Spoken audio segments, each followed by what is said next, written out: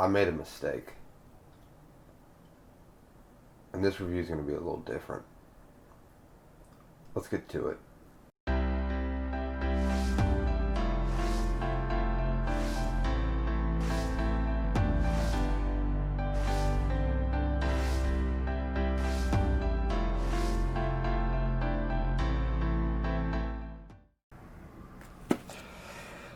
Yeah, I've never done a video with just 3 volumes in one video. There's a reason why I did that. Well, one is more life reason. The life reason is I had an out-of-town job, and I thought, oh, it's pretty smart. You know, I'll just bring some One Piece with me. Volumes 57 and 58. What a mistake that was. Man, what a mistake that was.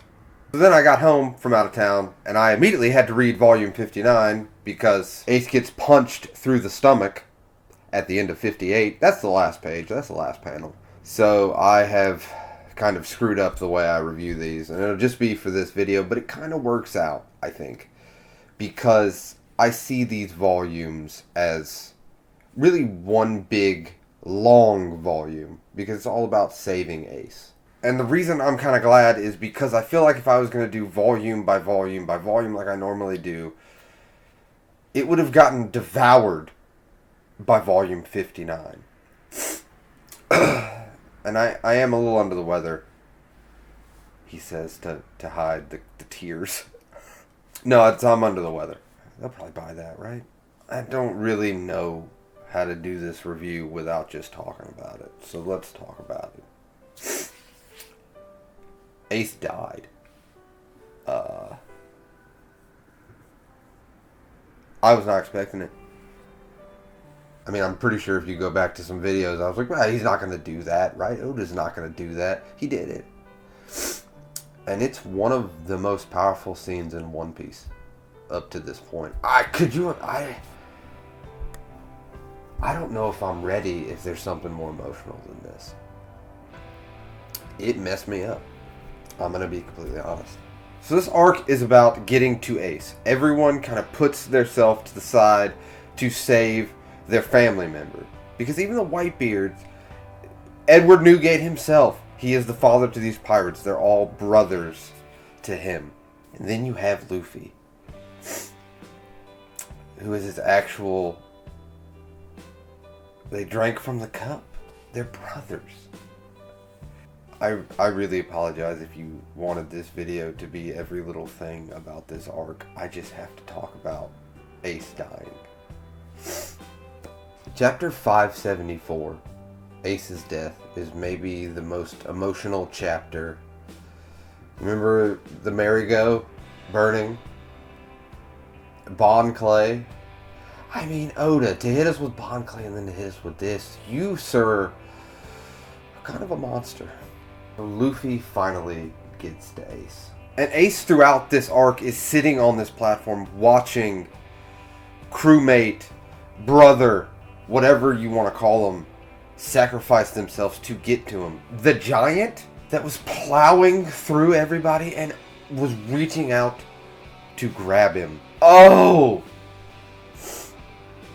He was so close to getting to him because he had his hat.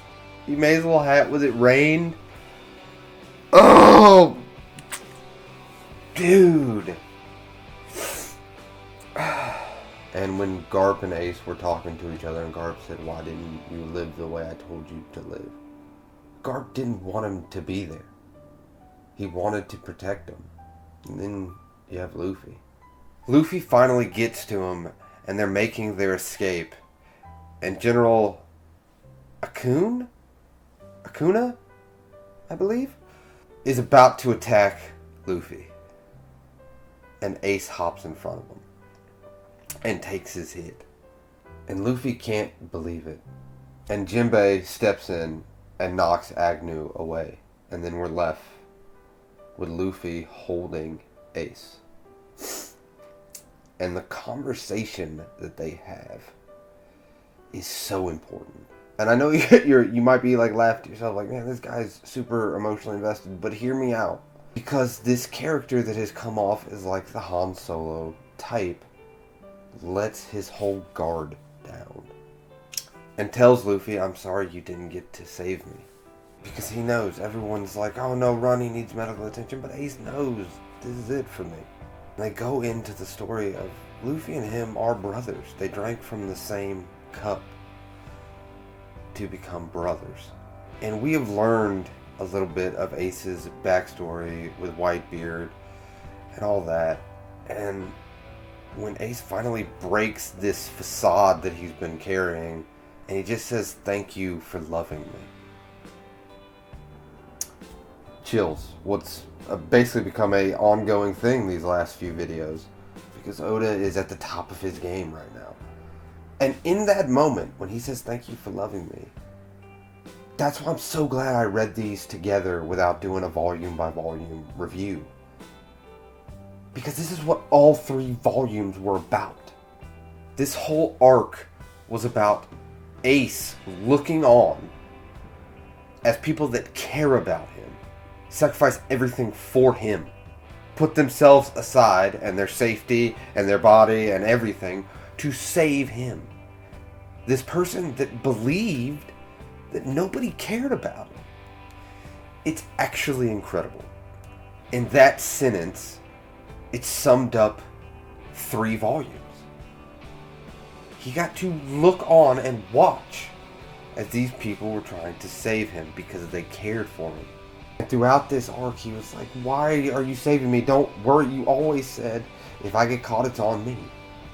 Why are you guys doing this, Whitebeard? Everybody, why? And when he stepped in front to protect Luffy, it was his way of saying, I'm good. And in his final moments, that's all he could say was, thank you for loving me. Thank you for caring about someone that didn't really care for themselves or thought nobody wanted them. And it's crazy because it makes you think about, like, your own stuff. Like, you might think nobody cares for you, but there's a bunch of people that do. I don't know, I might have read way too much into that, but it hit me in that way. That was really relatable for this manga and this fiction. It was really relatable in that way. Of just this character that came off as he didn't care, but deep down he just wanted somebody to want him. And it was such an incredible moment. And then Luffy promptly shuts down, and Jinbei has to rescue him and run him out of harm's way and get him off and escape. And after that, Whitebeard loses it. Right? You've killed his favorite son. And he realized, and he had already had this conversation about the era that he grew up in. The era that was before this exact moment is gone. The world had moved on in a different direction, and he knew that. I think he knew that the whole time. I don't think, and this is, I can never prove this, I don't think he planned on making it out of saving Ace. I think he planned on saving Ace, but I think he planned on sacrificing himself this entire time. And the reason I think that is because his era is over. It's a new era now. But once they killed Ace, he told everyone, get out. And he was going to take this whole island down with him. Edward Newgate. This man is amazing.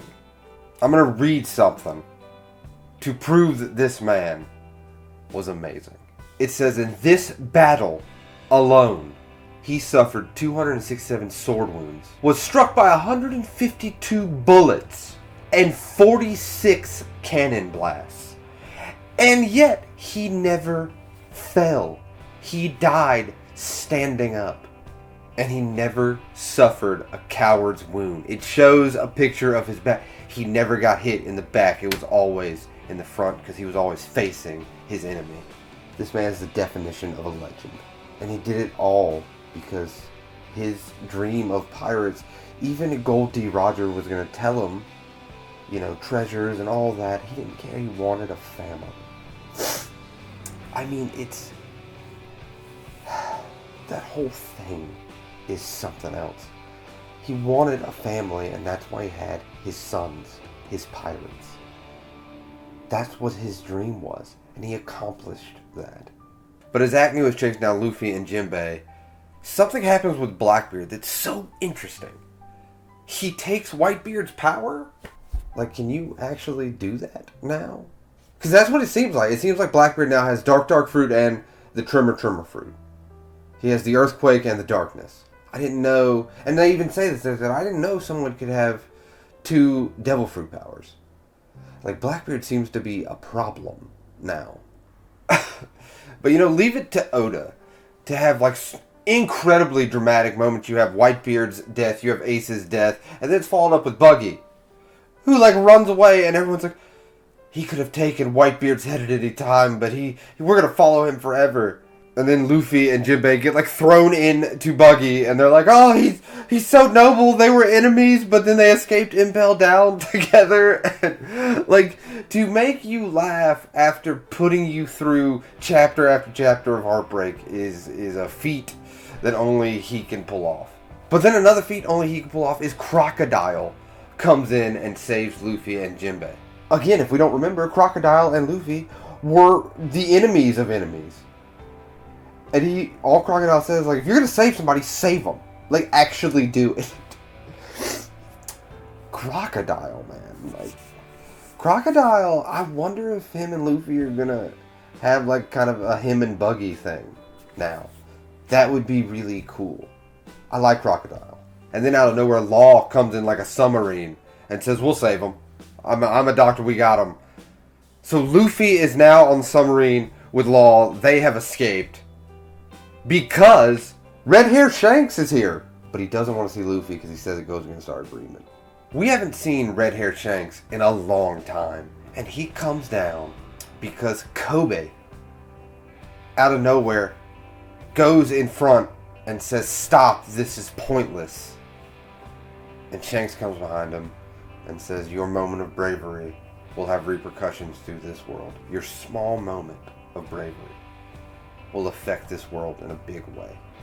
The one thing I did notice about this, though, is when Shanks comes, everyone kind of stops.